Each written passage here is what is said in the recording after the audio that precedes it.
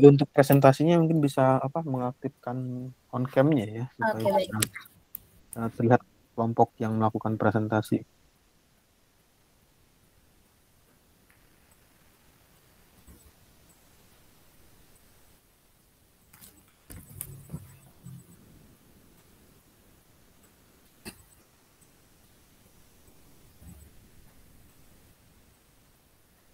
Oke.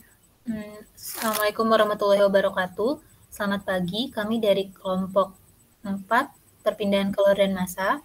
Kami ingin melakukan review jurnal perpindahan kalori dan massa.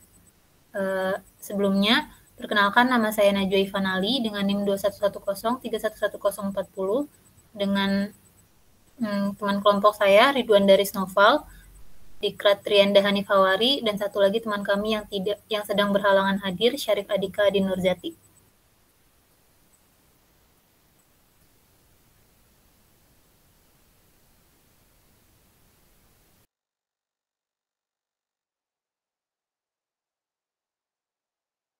Oke.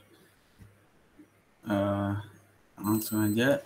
Jadi kita mengambil judul jurnal ini Assessing the Thermal Performance of District Heating Twin Pipes with Vacuum Insulation Panel, atau bahasa Indonesia menilai kerja thermal pipa kembar pemanas listrik dengan panel insulasi vakum. Sumber jurnalnya dari Energy Procedia. Penulis jurnalnya ada Axel Bergia, Bijan Adel Zarabia, Karl Ulrich Hagentofta. Instansinya berasal dari Charles University of Technology.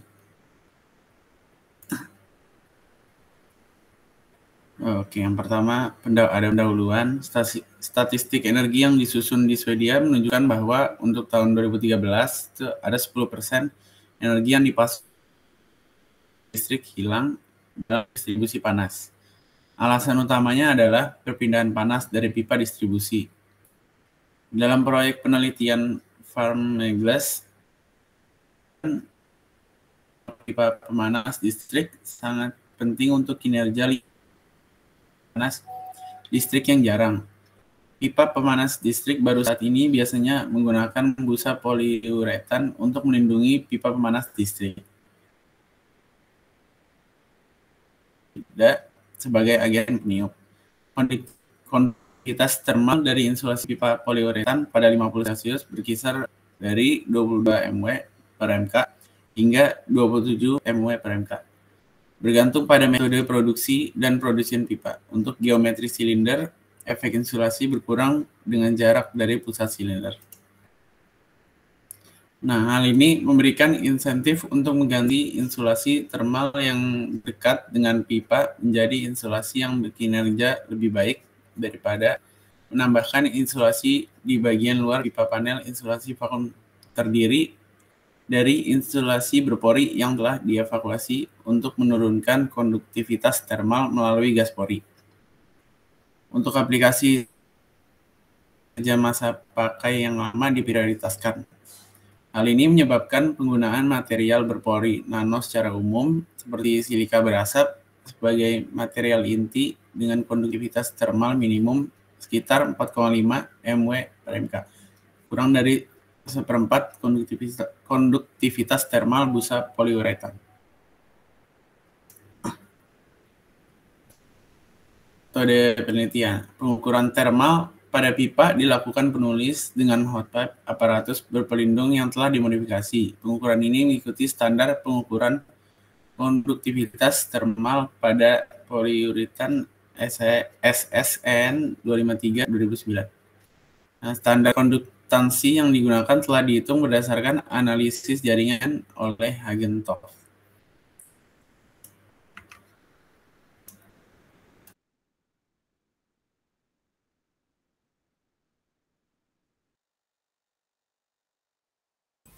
Pengukuran pipa panas berpelindung pada pipa kembar. Dalam pengukuran standar, satu batang pemanas dimasukkan ke dalam pipa media dari pipa tunggal. Suhu pada permukaan pipa baja dan pada permukaan casing diukur pada 4 posisi memanjang dan melingkar yang didistribusikan secara merata. Untuk pipa kembar, digunakan 2 peralatan dengan 2 batang pemanas, 4 pengukuran suhu di setiap pipa, dan 8 titik pengukuran suhu di sekitar. Di sampingnya ada gambarnya. Boleh di next.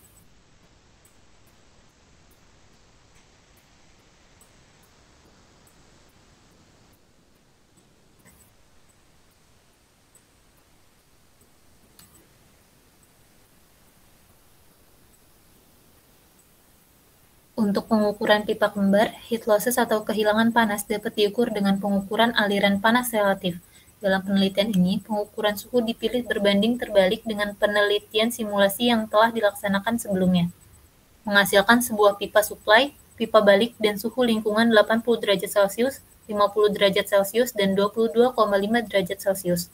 Pengukuran laboratorium dibatasi pada suhu udara 22,5 derajat Celcius dan suhu maksimum batang pemanas pada 80 derajat Celcius.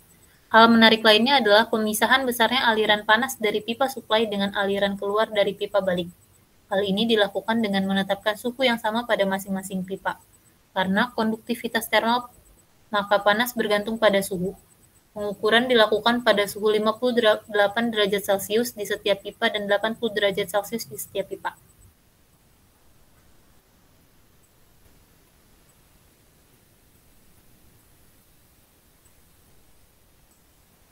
Karena adanya hambatan permukaan antara suhu permukaan pipa casing dan suhu udara ruangan, maka suhu di permukaan casing akan lebih tinggi dari suhu ruangan. Suhu juga akan bervariasi dan keliling pipa karena jarak antara pipa baja yang dipanaskan dan pipa casing bervariasi. Nah, pengukuran dilakukan untuk 4 sampel dengan berbagai pengaturan panel insulasi vakum dan 1 sampel referensi dengan hanya insulasi busa poliuretan. Diameter luar pipa pembawa baja berukuran 89,9 mm dan pipa diposisikan pada jarak 25 mm dari satu sama lain. Diameter luar pipa selubung adalah 315 mm dengan ketebalan sekitar 4 mm. Semua panel vakum memiliki panjang 1 meter dan pipa dipotong hingga 1060 mm untuk menghindari memotong panel. Perbedaan utama antara sampel yang berbeda adalah tumpang tindihnya panel insulasi vakum, tetapi satu sampel juga memiliki panel insulasi vakum yang lebih tebal.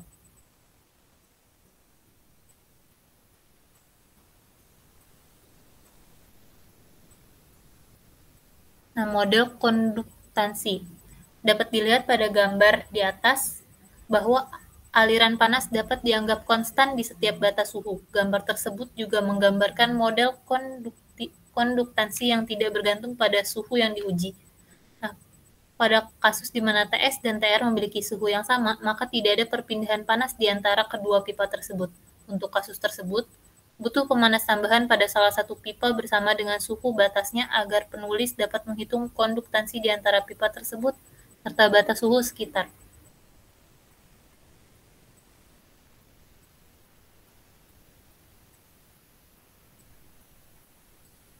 Nah, model persamaan berikut menjelaskan hubungan antara konduktansi dengan aliran panas.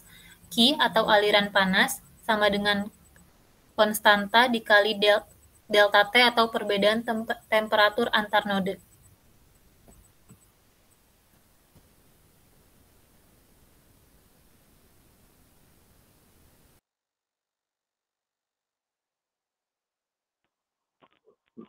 Paper ini memiliki hasil sampel 2-5 yang telah dibandingkan dengan sampel 1.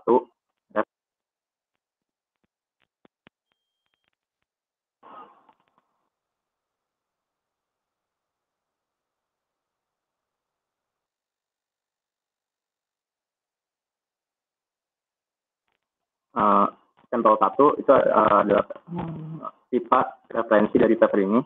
Untuk total susutnya, peningkatannya itu berada di antara 12% hingga 13%. Kontribusi hasil terbesarnya itu berasal dari susut pipa supply yang mengalami penurunan sebesar 29% dan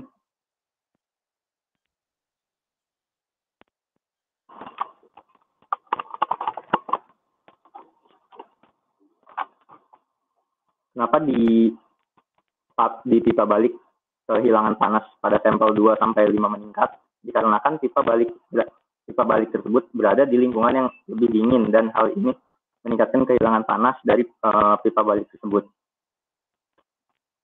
Next.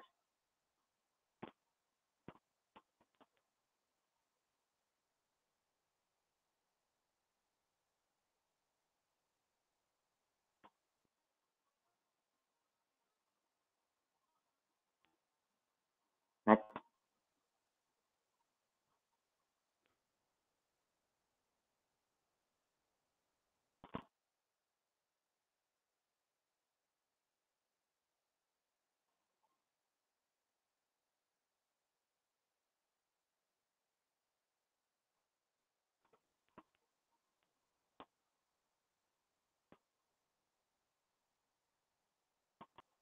Nah, dengan memisahkan suhu batas dari konduktasi tadi, seperti pada persamaan pada nomor 1, kinerja dapat diperkirakan untuk setiap batas kinerja dapat diperkirakan untuk setiap batas. Tabel 2. Tabel 2 ini menunjukkan bahwa variasi perkiraan kehilangan panas bervariasi hingga 9% tergantung pada suhu di mana konduktansi itu diukur. Rata-rata ini memberikan relevansi yang paling baik karena suhu di kedua pipa ini akan mempengaruhi konduktansi. Konduktansi yang rendah dan konduktansi yang tinggi membentuk batas di mana konduktansi sebenarnya akan berada selama suhu tidak melewati batasnya.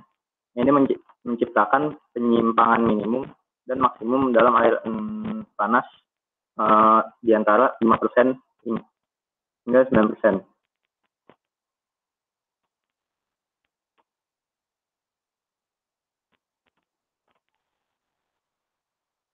Dari paper ini bisa ditarik kesimpulan jika dengan dua pipa baja dengan diameter 114,3 mm, pipa casing dengan diameter 315 mm, dan panel insulasi vakum 10 sampai 15 mm, didapatkan panas total yang dihasilkan pipa berkurang 12% hingga 17%.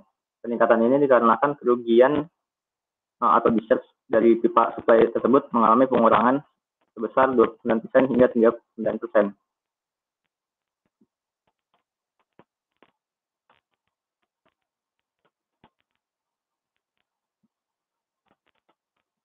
Ini dari saya.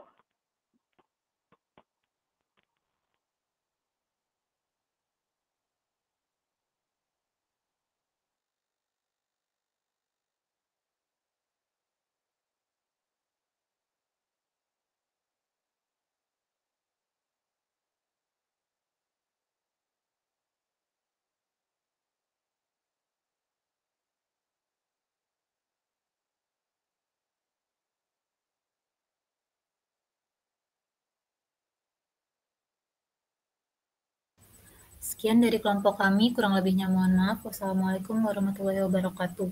Jika ada yang ingin bertanya, dipersilakan.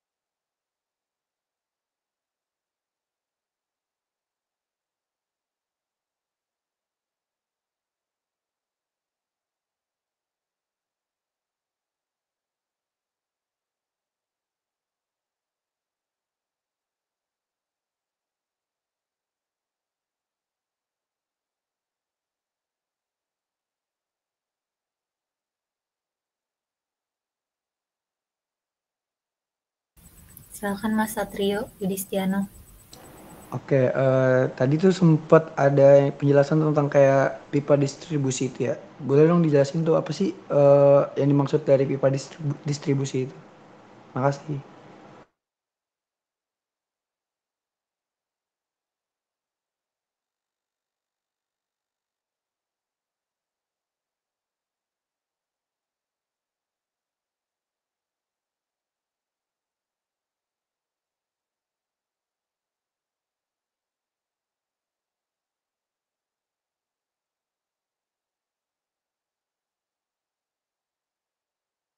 Oke, mungkin boleh langsung jawab aja kali ya.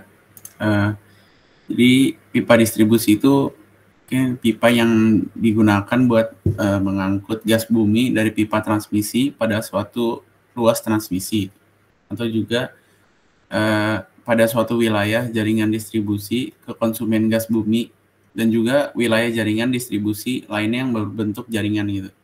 Jadi ini kayak pipa buat ngangkut gas bumi gitulah. Gimana, Dis? Oke, terjawab. Terima kasih. Oke, sama-sama.